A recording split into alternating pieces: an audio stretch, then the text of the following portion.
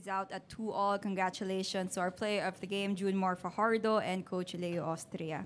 Coach Leo, ano ang naging focus nyo defensively, lalo na dun sa pivotal third quarter nyo where you allowed Ginebra to just score 12 points?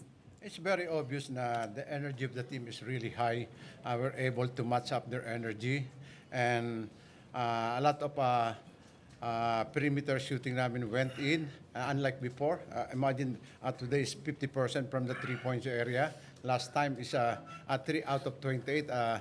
I think that's 10%. And I think the defense is one thing na binigyan namin ng pansin dahil makikita nyo naman, they issued only 18 assists. A quite high pa rin for a regular team, but they're averaging 25 assists. That means our defense is working. And I can see it from the players from the start, from the dugout. Nakita ko yung kanilang body language. And talagang this team will really play tonight. And it's very evident kanina, different energy and concentration yung nangyari kanina. Thank you so much, Coach Leo.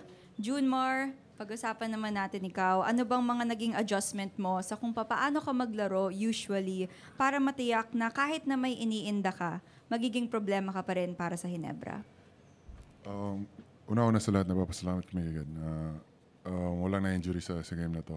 And then yun, thankful ako sa kila coach, sa mga coaches namin, sa mga teammates ko. Lahat ng pinasok ni coach nag-step up. Tapos maganda yung preparation namin past 2 days.